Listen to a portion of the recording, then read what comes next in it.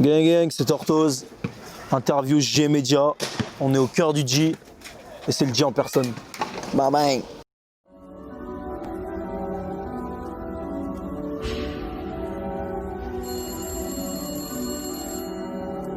Yeah. Oi. Fuck. Oi. On est ici pour parler de ton dernier projet Rose qui est sorti le 24 mai. On retrouve des thèmes assez récurrents dans l'album, donc l'amour, la drogue, Ouais. plus que sur les autres, et la fame. Ouais. Donc tu peux nous en parler un peu? Tu vois, dans tout ce que t'as parlé, mis à part peut-être la fame, mais en tout cas la drogue et l'amour, j'en parle vraiment. Tu vois, c'est pas vraiment la drogue à proprement parler, tu vois, c'est vraiment les addictions. Et puis je pense que l'amour, ça en fait partie, tu vois. Ça peut être une addiction et puis c'est des trucs qui nous touchent tous les jours, tu vois. Ça peut être l'amour de tes parents, un amour impossible, un amour, tu vois, une rupture, un début de relation, tu vois. Donc, on va dire que c'est des trucs qui m'inspirent parce que c'est des choses qu'on côtoie tous les jours, tu vois, les addictions, le vice, le bien, le mal, c'est des trucs, tu vois, qui sont là au quotidien, donc c'est des trucs que je parle en fait, tout simplement parce que c'est la vie que je raconte ma vie, tu vois. Justement, dans un morceau, tu dis qu'il n'y a rien d'attirant dans la fame. Dites-moi, j'ai pas la flemme, y'a rien d'attirant dans la fame. Mon écoute drague est pas un fake. C'est un rapport à l'amour aussi quand on est un peu connu. Couleur Miel, je trouve que c'est un des morceaux qui me ressemble le plus parce que justement, je parle de moi, c'est vraiment moi, tu vois. Et quand je parle de la fame, c'est vrai que c'est un truc que, tu vois, même si je suis pas 50 Cent, tu vois, je ressens un truc et ça me met un peu mal à l'aise, tu vois, ce délire-là de fanatisme et tout. Parce que moi, j'ai jamais été comme ça envers quelqu'un d'autre, tu vois. Donc du coup, c'est vrai que je trouve qu'il y a un côté un peu faux là-dedans, tu vois. Et c'est de ça que je parle dans Couleur Miel. Quand je dis mon ego dragué par un fake, c'est vraiment ce truc-là que les gens ils te donnent de l'amour, mais est-ce que demain, si tu fais un bad buzz ou si tu fais un mauvais album, est-ce qu'ils seront encore là à te donner de l'amour? Je suis pas sûr, tu vois. C'est un peu de l'amour qui est... Tu vois ce que je veux dire? C'est un peu faussé, on va dire. Donc, One Love à tous les gars qui me soutiennent et je leur dois tout. Mais tu vois, c'est même pas par rapport à mon public, c'est plus large que ça, tu vois. C'est les filles qui peuvent venir te parler, même les gars, hein, ça peut être des gars, des fausses amitiés, des gens qui sont là par intérêt ou parce que la musique, tu te poses toujours plein de questions et moi je me pose énormément de questions, tu vois. Et plus je monte et plus je me pose des questions. Et ça, Couleur Miel, c'est un peu ça, tu vois, je me pose plein de questions et je le mets sur une feuille, tu vois. Tu fuis un peu la célébrité? Ouais, ben, c'est pas vraiment que je la fuis, mais ça me fait peur en fait. C'est un truc que je crains parce que, genre, de la place où je suis, je vois toutes les bonnes choses que ça peut apporter, tu vois. Notamment, tu vois, l'argent, les relations, tu vois, tu peux avoir accès à plein de trucs que t'as pas quand t'es monsieur tout le monde, tu vois. Mais je vois aussi le côté mauvais que ça peut apporter, tu vois. Et que ça soit avec les gens ou que ça soit moi-même, tu vois. Moi, le fait, des fois, ça peut te faire changer un homme, tu vois. Parce que les comportements autour de toi, ils changent et tu sais pas vraiment comment réagir. Et c'est vrai que c'est un truc qui fait... Ouais, c'est un truc qui fait peur un peu, tu vois. Donc c'est un truc que je crains un peu, tu vois. Et je suis pas à l'aise avec ça. C'est un rapport avec le choix du coup de rester à Grenoble? Parce que tu pourrais monter à Paris. Oui et non, ça c'est aussi... Oui, parce que c'est vrai que je me sens pas forcément obligé de tout le temps me mélanger, tu vois. Genre, je suis bien dans mon confort à moi, mais on va dire que ma décision, elle est pas sur ça. Si je reste à Grenoble, c'est parce que j'aime créer mes albums ici, en fait. Je me sens bien ici.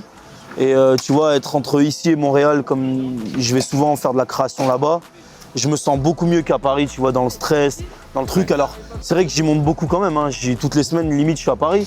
Mais je préfère, tu vois, y monter, rester 2 jours, faire mes sessions studio, condenser ça en 2 jours, tu vois, que rester là-bas et vivre le truc, le train-train quotidien du Parisien. En tout cas, pour le moment, j'arrive à vivre sans ça et je suis très bien, tu vois. Je suis bien à Grenoble et je suis bien, tu vois, j'arrive à voyager, tout ça, donc... On le ressent d'ailleurs dans tes inspirations, dans tes textes. Tu parles souvent de Grenoble, du Canada. Le Grenoble et le Canada, c'est 2 grosses inspirations, tu vois. Le Canada surtout parce que j'y vais depuis pas longtemps et puis j'y vais assez souvent, tu vois. je dois y passer peut-être 2 mois par an. Et puis, du coup, en fait, c'est très fort ce que je vis là-bas parce que je commence à connaître beaucoup de monde là-bas, dans le milieu de la musique et en dehors.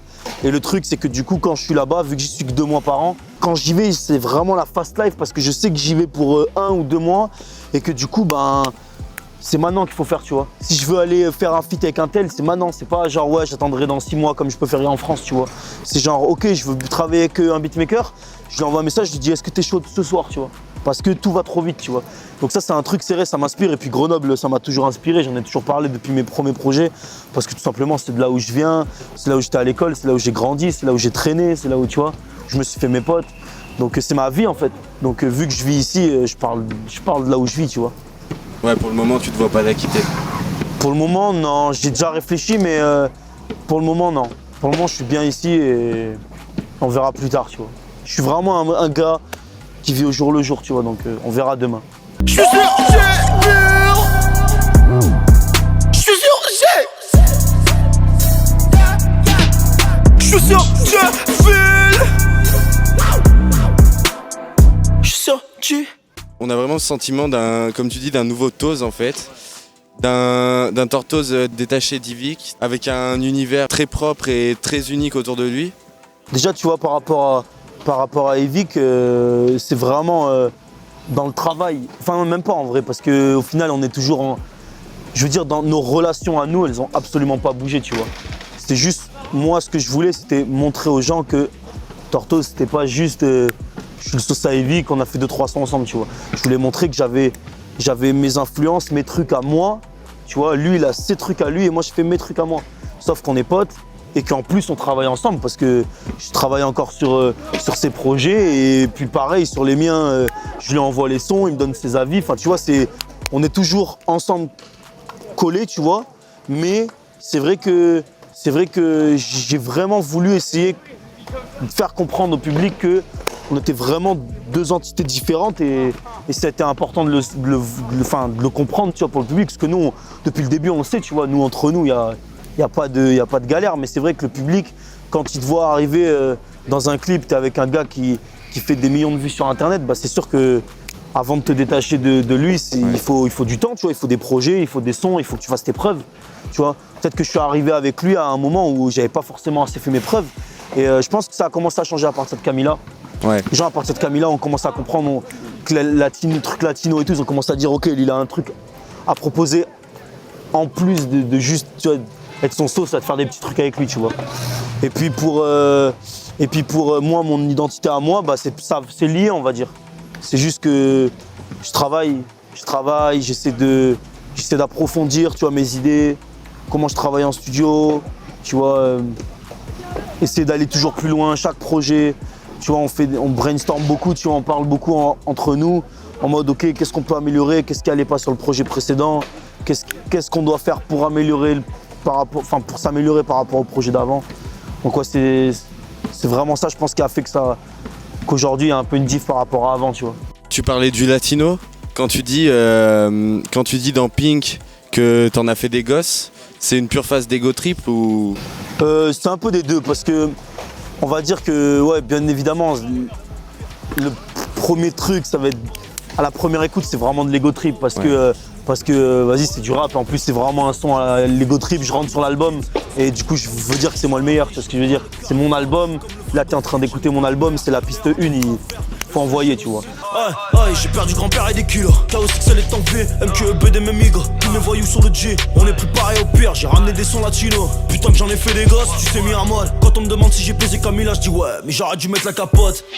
Bien sûr que c'est de l'ego trip, mais il y a un fond de vérité, tu vois, qui est qu'en vrai, si on écoute la musique qu'il y avait il y a 2 ans, elle est pas du tout comme elle est maintenant.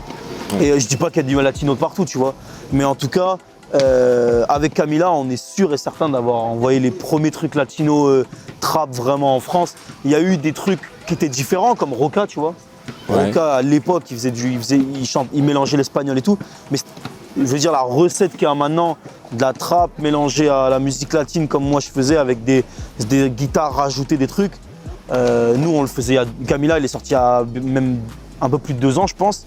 Et c'est vrai qu'aujourd'hui, on a beaucoup plus. Donc, je dirais pas que c'est moi qui ai influencé un soprano qui va faire ça, mais je pense que j'ai participé au mouvement grandement, en tout cas, tu vois. Moi, c'est ma vision du truc. Et Camila, c'est pour ça que je pense qu'il a marché. C'est parce que si on a fait nos records stream avec Camila et tout, c'est justement parce que je pense que c'était un truc qui était nouveau à ce moment-là. Donc, ça a permis à ce que les médias en parlent.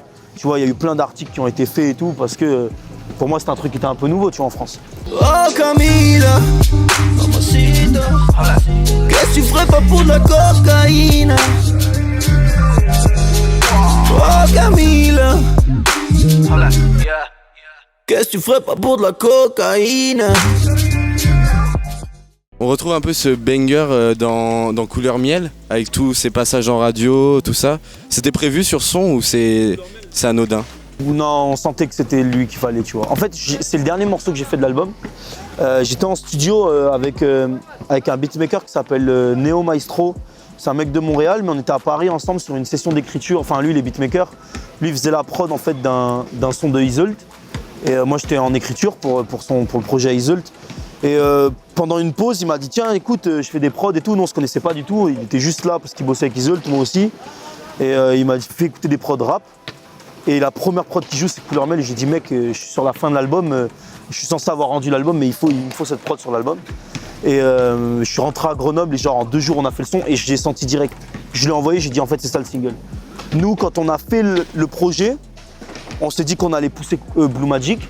Ouais. Parce que pour nous, il avait vraiment un truc, c'était vraiment un ovni dans l'album, tu vois. On savait pas vraiment comment le définir et j'aime ça en fait. Tu vois, même Camila, tu vois, quand on l'a envoyé, c'était vraiment un ovni. Il ressemblait pas forcément au reste, tu vois. Comme un mariachi, tu vois, c'était un peu un ovni dans le projet dans le New Ventura.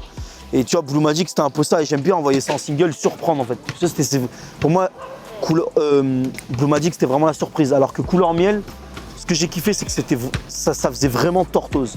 Tu vois, c'était vraiment du Tortoise, mais je trouvais qu'il sonnait bien, tu vois. Genre, je trouvais que c'était la bonne recette, tu vois. C'était le bon Tortoise, le Tortoise que je voulais montrer aux gens, c'était ça, tu vois. Tu te sens bien, la mort te fait des bisous dans le cou. Je veux que tu te laisses faire. Ouais, t'es ma drogue douce, drogue douce. Ma blue magic, blue magic. Tu as dit que du coup tu écrivais pour Isolt. On entend beaucoup parler en ce moment dans les stories Instagram de Camino, donc des top lines. Donc déjà, est-ce que tu peux nous expliquer ce que c'est que top liner? Top liner, c'est un peu un terme qu'il y a maintenant, mais en vrai ça existe depuis la nuit des temps. C'est en gros, tu trouves un yaourt, c'est-à-dire une mélodie, sans y mettre de mots, tu vois, avec un flow, tu vois, sur une instru. Donc c'est des trucs qui sont très instinctifs, donc tu vas mettre la prod et puis je vais trouver une mélodie, je vais la chanter sans forcément avoir de mots, je vais faire du yaourt. Et puis après on va la découper, on va dire ok ça c'est bien, ça peut faire un bon refrain, ça peut faire une bonne gimmick de couplet, un bon pont, tu vois ce que je veux dire. Et après une fois que tu as ça, t'écris par-dessus. Et t'as ta ligne mélodique sur le morceau, tu vois. C'est aussi simple que ça. C'est un truc qui existe depuis très longtemps, c'est juste qu'ils aiment bien mettre des mots, tu vois. Ouais. C'est vraiment le truc qui est sorti, top line, machin, mais en vrai, c'est juste tu trouves des mélodies sur une prod, tu vois. Et moi j'ai fait ça depuis tout le temps, je fais ça depuis tout le temps sur mes prods. J'ai jamais écrit un morceau avant de m'avoir trouvé une mélodie, tu vois. Et à part sur un morceau purement rap. Ouais. Ce qu'on sait moins, c'est que tu le fais aussi pour d'autres artistes. Ouais, par contre, je le fais pour d'autres artistes, mais c'est pas vraiment un truc que je veux forcément mettre en avant en tant que Tortoise, tu vois ce que je veux dire. Ouais. C'est un truc que je fais pour moi parce que je kiffe. Et tu vois, c'est un peu, je pense, tu vois, sans forcément y penser, tu vois, mais je pense que c'est un peu lié au fait, tu vois, que comme je te disais, j'ai un peu peur de ce délire-là de fame et tout. Et c'est un peu une manière de pouvoir me protéger, hein, de travailler de ma musique, d'être dans mon studio et juste envoyer des trucs. Et c'est pas moi la tête d'affiche, tu vois. C'est vrai que c'est un truc qui m'inspire et puis j'aime tout simplement écrire pour les autres, écrire pour des filles, tu vois. Je kiffe trop écrire pour des filles, écrire pour de la pop. En ce moment, je fais que de la pop. Je suis même pas de rap. T'as écrit pour qui? Je peux pas vraiment... Les trucs qui sont sortis, bah y a Isolt qui est sorti. J'ai ces bruits dans ma tête et j'aimerais que ça cesse mais en vain. Ah, j'ouvre un peu les yeux, des couleurs, des photos me reviennent. Ah. Bah, j'ai écrit un morceau pour Iseult et Angèle. Ça, c'est sorti sur les réseaux, donc je peux en parler, c'est elles qui en ont parlé. Puis j'ai travaillé sur plein d'autres trucs. Des trucs, je peux pas vraiment parler parce que c'est toujours pareil, c'est pas moi, c'est pas mes sons, donc tant que les personnes n'en parlent pas, moi je peux pas vraiment parler. Ouais. Mais j'ai travaillé sur plein de trucs, des projets hyper intéressants et même à une échelle, grande échelle, tu vois, vraiment, une Angèle, c'est trop inspirant de travailler avec elle en studio, tu vois, on a fait une session avec elle en studio, c'est incroyable, tu vois. De driver une meuf comme Angèle, même une meuf comme Iseult, hein, je parle d'Angèle, mais Iseult en studio, c'est monstrueux, tu vois. Et de travailler avec ces gens-là, c'est hyper inspirant pour moi, tu vois. Et même pour Tortoise, ça m'apprend beaucoup de choses, tu vois. Voir comment les autres travaillent. Moi, je leur apprends comment moi je travaille, elles m'apprennent, tu vois. Donc ouais, c'est vraiment cool, c'est vraiment cool. Tu avais, je rentre du taf, j'ai fait billet couleur ciel. Une prière pour qu'on porte du 24.